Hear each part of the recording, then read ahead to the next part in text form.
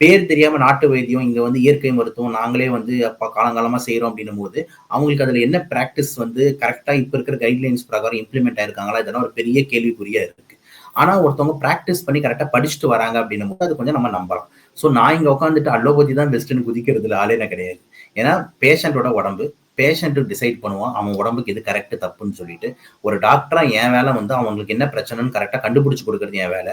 ஆனா ஏன் அலோபதி மெடிசனை தான் நீங்க ஃபாலோ பண்ணணும்னு சொல்றது கட்டாயப்படுத்துறதுக்கு டாக்டர் வந்து கிடையாது.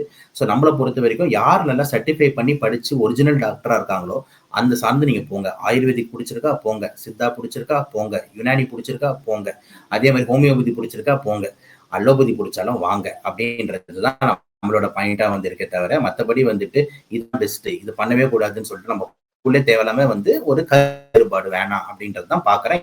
இன்னொன்னு ஒரு ஒரு ஸ்டைல் சைனீஸ் ஒண்ணு, நம்மளோட செட் ஸ்டைல் ஒண்ணு அப்படின்ற மாதிரி அலோபதி ஒண்ணு. பட் ஆனா ஒரு பாயிண்ட் உறுதியா என்ன சொல்றேன்னா, allopathy is a modernised medicine, recent medicine.